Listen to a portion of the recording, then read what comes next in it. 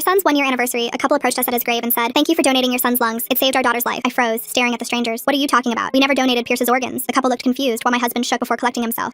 Aren't you Pierce Wade's parents?" The couple interrupted him. "We are, but Pierce flatlined naturally in his coma. There was no donation," I said. The woman pulled out her phone. "But this email says otherwise." She showed me the screen. "Organ donation authorization. Authorized by Carter Wade coordinating physician, Dr. Rachel Weinstein." My blood went cold. That was my husband's name. And Dr. Weinstein was the medical advocate who pressured us relentlessly about donating Pierce's organs when he was in his coma. "They're lying." My husband grabbed my arm. "That wasn't even our doctor. We're just going to." But the woman wasn't quitting. She pulled out her phone and started Googling. "Look, Memorial Hospital. The hospital both your son and our daughter stayed in. And Dr. Weinstein is..." Her jaw suddenly dropped. "Oh my God, did you know about this?" I got loose from Carter's grip and walked over to her phone. There I saw it. Dr. Weinstein, convicted for organ harvesting, sentenced to 11 years, paid families up to $75,000 to authorize organ donations from comatose patients. The silence was deafening. She kept reading. 14 confirmed cases where Weinstein paid family members to withdraw life support from patients showing signs of recovery. I turned to my husband, who was now pale and shaking. $75,000? You got $75,000? He was silent. "You killed our son for money." The recipient family stood frozen, the woman covering her mouth. "You told me he flatlined while I was getting coffee," I said, voice shaking. "You called me saying Pierce was crashing. By the time I got back from the cafeteria, he was dying. But you pulled the plug while I was gone, didn't you?" My husband couldn't meet my eyes. "You don't understand." "Understand what?" I yelled, tears streaming. "Lila was 4. She wrote a letter to Santa asking for her brother back and sealed it in a tear-stained envelope that all her classmates signed. She slept in his bed for months because it smelled like him. You watched her do that knowing you killed him for money." The recipient father stepped back, his face gray. "Oh God, our daughter killed him. We never would have." I continued. "I lost my job, the one I loved, because I couldn't function. We lost the house because I couldn't work, and you said the medical bills drained everything. But you had $75,000. The truth crushed me. My sister paid our mortgage for 6 months. My mother moved in to help with Lila while I had a breakdown. They emptied their savings while you had blood money to yourself. The boat," I whispered. "You got a brand new boat worth $60,000 2 months after Pierce died. You said it was your rich cousin giving it to you as our anniversary present, but he never gave it. You literally bought it with our son's life." Carter's face was deep red. "Did the therapy we go to at least help?" "The therapy." I cut him off, barely able to stand. "We went to 3 sessions in the first 8 months because we couldn't afford it." He looked down again. "But then you got promoted, and we could afford therapy," I said. "And of course, you're at every single one of these sessions now. You sit there every time while I sob about stepping away for coffee. You hold my hand while the therapist says I needed to forgive myself. You know I don't need forgiveness." "You do. Remember what you said at his funeral?" I asked. Carter went completely pale. "You said we were both there fighting for him until the end. You gave a speech about being there when he needed it most. People called you Father of the Year while I was the mother who stepped away." The couple were breaking down, the mother throwing up. "Doctor, Namari said he was showing improvement," I continued. "Our boy squeezed my hand the day before. The doctor said he would wake up. His grandma was knitting him a sweater for the day he woke up while you were making sure he would never wear it." Carter was trembling. "Lila still draws pictures for him," I said quietly now. "Every week for his grave. She asks if he can see them from heaven. She's 6 now and still asks why God needed her brother more than she did. You destroyed her childhood for $75,000. My parents blame themselves," I added. "They think if they'd driven up that night, been there to support us, maybe Pierce would have fought harder. My dad has chest pains from the guilt. My mother takes anxiety medication. An entire family destroyed. The brightest part of it dead. All because you wanted 1 year's salary." The couple fled to their car while I pulled out Carter's car keys from my pocket. "I'm driving home. You're not coming with me." I pulled my phone out and started dialing. "Please don't call the police," he begged. "I'm not. I'm calling someone who'll do way worse than police ever would." I watched him visibly tremble as I pressed the phone to my ear. "Dad?" Carter's body looked like it took a screenshot. "Yeah, I'm at Pierce's grave, but I'm driving home alone and Carter really needs a ride." My voice stayed deadly calm. "Why?" "He'll just explain himself when you get here." I saw Carter start shaking his head and mouthing please. "You'll be here in 20? Perfect." I said, looking right at him. I hung up and Carter was just shaking. "Your father is an ex-Marine who loved Pierce more than life itself." I cut him off one last time. "He's driving you home. And once we're inside, you're going to tell him exactly what you did." I walked to the car. "My dad has buried men for less than what you did. Good luck." 20 minutes felt like 20 years standing there in the cemetery watching the road until Dad's black truck finally turned through the gates and I could see his white knuckles gripping the steering wheel even from 50 feet away. Carter started backing away from me, but there was nowhere to go except toward the truck that was now pulling up to the curb. And Dad didn't even look at me, just kept his eyes locked on Carter through the windshield like he was tracking a target. Carter's shoulders hunched forward and he walked to the passenger door like a man heading to his execution, while Dad sat there stone-faced and didn't reach over to unlock it until